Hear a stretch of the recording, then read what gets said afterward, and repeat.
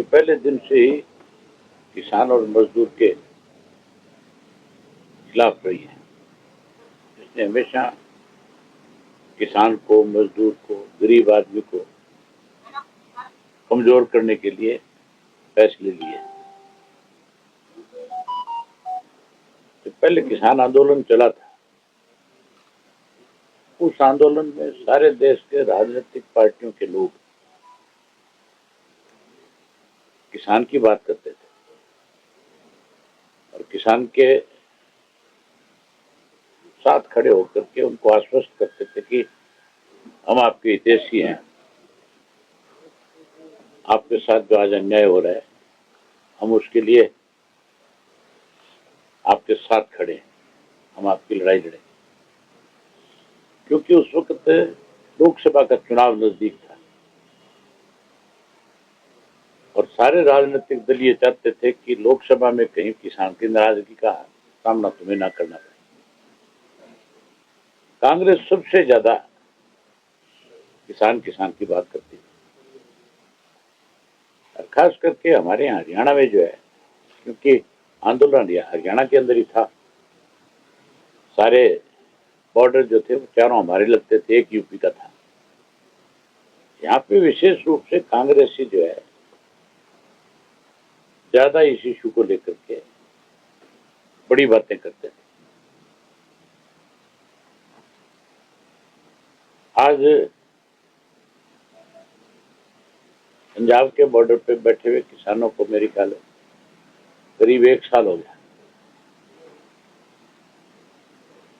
लोकसभा का चुनाव भी जा लिया और विधानसभा का भी जा लिया। हैरानी की बात है, सबसे बड़ी रुकावट आज अगर किसान की मांग पूरी ना हो, किसान दिल्ली ना पहुंच के, उसके लिए हरियाणा की सरकार है।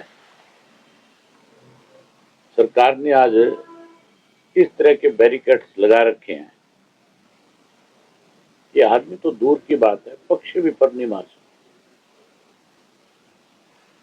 मैंने खुद अपनी आंख से देखा है, आप जैसे पत्रकार साथियों ने जो वहां गए थे उनसे बात करिए। पहले तो कील लगाया करते थे, अब की बार तो कंक्रीट की दीवार है और बहुत बड़ी दीवारें हैं। ऐसी दीवार है पुल के ऊपर बना रखी कि कल को उसको हटाना पड़ेगा तो पुल भी डैमेज हो जाएगा, वो भी नया बनाना पड़ेगा। हमारी पार्टी का पहले दिन से एक फैसला रहा है, Indian National Lokdal party Chaudhary Devilal की नीतियों को आगे बढ़ाने वाली पार्टी। हमने सत्ता में रहते हुए हमेशा गरीब आदमी को कैसे आगे बढ़ाया जा सके, किसान की फसल का एक दाना खरीदा जाए, मजदूर की न्यूनतम मजदूरी जो बढ़े उसको ज्यादा से ज्यादा सपोर्ट सरकार की मिले, इसके लिए हमने काम किया। और सत्ता से बाहर जब रहे, जब भी किसी ने किसान की, मजदूर की, गरीब की अनदेखी करी, हमने डट करके उसके साथ खड़े होकर के उसकी मदद करी। आज भी इंडियन नेशनल लोकदल पार्टी का एक कार्यकर्ता जो है इस आंदोलन में भी किसान के साथ है। हमने अपने पार्टी के सभी साथियों को बाकायदा तौर पे इस बात की हिदायत दी है, इस आंदोलन में जहां हमारी जरूरत पड़ेगी हम हर तरह से खुल करके किसान के साथ होंगे और उसकी मदद करेंगे। हमारी पार्टी चौधरी देवीलाल की नीतियों की पार्टी, और चौधरी देवीलाल हमेशा किसान के बहुत बड़े पक्षधर रहे हैं। देश में किसानों का अगर सबसे बड़ा कोई नेता हुआ तो चौधरी छोटूराम को कहा जाता है। चौधरी छोटूराम के बाद किसी को देश में सबसे बड़ा नेता मानना तो चौधरी चरण सिंह को और चौधरी देवीलाल या प्रकाश सिंह बादल को।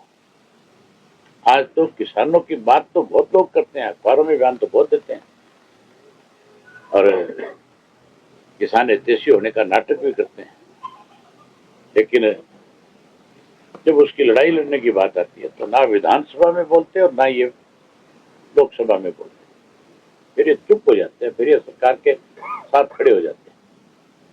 मैं आपके माध्यम से कांग्रेस वालों से, हुड्डा से विशेष रूप से पूछना चाहता हूँ कि वो ये बताए कि अब जब किसानों को रोका जा रहा है बॉर्डर के ऊपर, क्या कांग्रेस के लोग बॉर्डर खुलवाने के लिए, उन किसानों को दिल्ली तक पहुंचाने के लिए क्या उनकी मदद करेंगे? क्या वहां जाएंगे? क्या उनकी लड़ाई लड़ेंगे? इसके ऊपर कांग्रेस को अपना स्पष्ट करना चाहिए कि वो कहां खड़ा है, किसके साथ है। वो किसान के साथ है या सरकार के साथ है। इस मौजूदा बीजेपी की सरकार ने किसान को बर्बाद कर दिया। मौजूदा बीजेपी ने देश को आपस में बांट दिया, अलग अलग कम्युनिटीज को बांटने का काम किया है। आजकल ध्यान डाइवर्ट करने के लिए मंदिरों को लेकर के बहुत बड़ी चर्चाएं बीजेपी की तरफ से हो रही है। अखबारों में, मीडिया में, सोशल मीडिया में, सब जगह कभी संभल का बात आती है, कभी अजमेर की बात की जाती है, कभी कोई और किसी मस्जिद की बात होगी। मतलब इस देश के टुकड़े करना चाहती है भाजपा, जो है हिंदू और मुसलमान को अलग थलग करना चाहती है। कांग्रेस की हड़दर्मी हुड्डा की जो फैसला था, हुड्डा कभी नहीं चाहता था। मैं तो पहले भी बहुत खुल करके ये बात कहता था, आज भी कहता हूं, हुड्डा भाजपा के साथ मिला हुआ है और हुड्डा ने ही अब की बार भाजपा को फिर से सत्ता में लाने के लिए बड़े गेम प्लानिंग करी, बड़ा गेम चेंजर रहा। अब तो बावरिया की स्टेटमेंट आने के बाद तो स्पष्ट हो गया, कहां तो हुड्डा जो है उदयभान के माध्यम से टोटल का टोटल ब्लेम जो है ईवीएम पे लगा रहा था। टोटल का टोटल ब्लेम जो है कोई इस बात का लगा रहा था कि सरकार ने ईवीएम के माध्यम से हमें चुनाव हराया है। लेकिन अब बावरिया की स्टेटमेंट के बाद तो स्पष्ट हो गया कि हुड्डा ने ही स्वयं इसको भाजपा को जिताया, कांग्रेस को हराया। लेकिन आपको ध्यान होगा हुड्डा के घर पे उस पर रेड हुई थी ईडी की, हुड्डा के करीबियों के ऊपर, और हुड्डा को ये मैसेज दिया गया था कि अब हम तेरे को पकड़ के अंदर ठोकेंगे। ये उसी दिन भाजपा के पास चला गया। उन्होंने इससे कहा कि पहले जितने सीटिंग है तुम्हारे उन सब की टिकट का फाइनल करवा, क्योंकि इसके पास टिकट का फ्री हैंड था। उस रेड के 2 दिन बाद, एक दिन छोड़ करके अगले दिन कांग्रेस के ये ऐलान हो गया था कि सारे सिटिंग एमएलए को टिकट दी जाएगी। 16 एमएलए जो इसके सिटिंग थे, 31 में से 16 रहे हैं।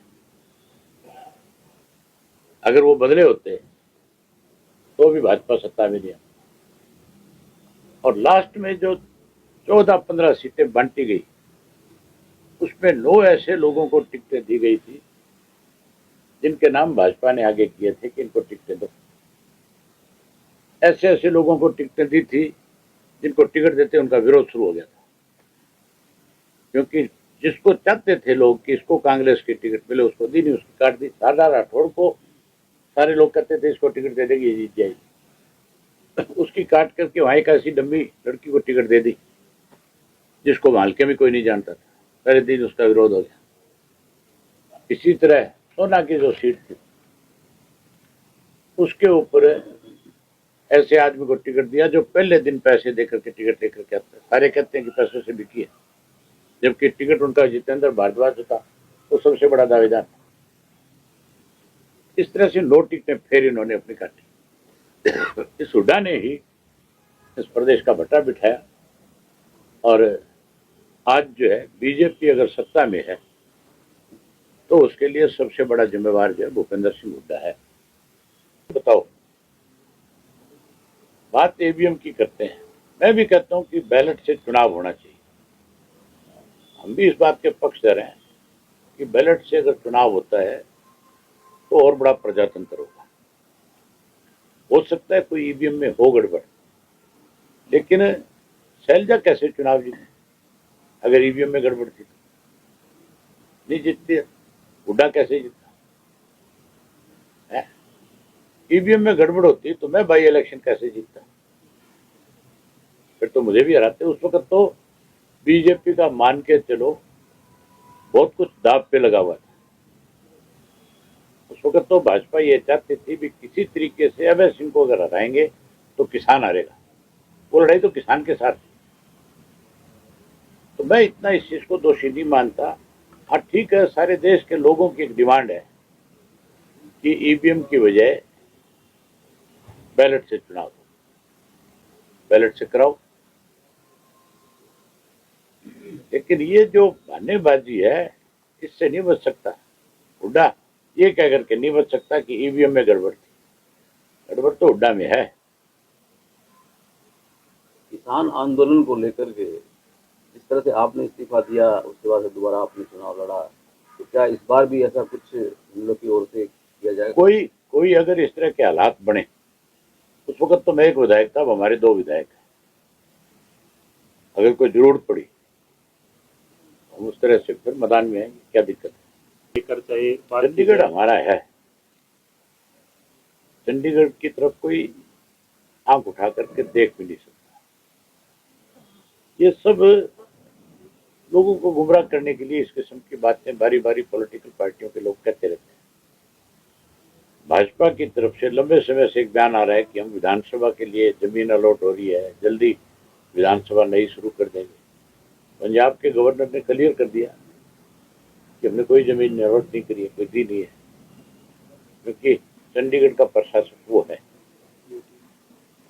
उसने साफ कर दिया कि हमने कोई जमीन अपनी तरफ से हरियाणा गवर्नमेंट को अलॉट ही नहीं करी है, ना कोई जमीन हमने उनसे अब तक उसके बदले में उसके एवज में मांगी है। हम अगर चंडीगढ़ में कोई जगह लें तो उसके एवज में